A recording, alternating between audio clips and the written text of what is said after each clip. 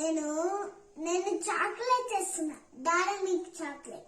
ఈ పాలు చేసుకొని కొంచెం పాలు చేసుకొని దీంతో కలిపి 10 minutes, ఆ తర్వాత 10 minutes తర్వాత స్పూన్ తీసుకొని ఇది 10 minutes కప్పాలి. ఆ తర్వాత తీసుకొని 10 minutes కప్పాలి. చూడండి,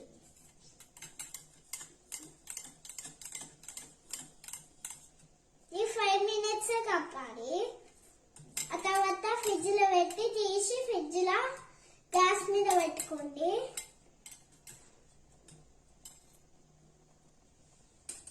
ఫైవ్ మినిట్స్ సేఫా. మళ్ళీ దీంతో కప్పాలి స్పూన్ తోని.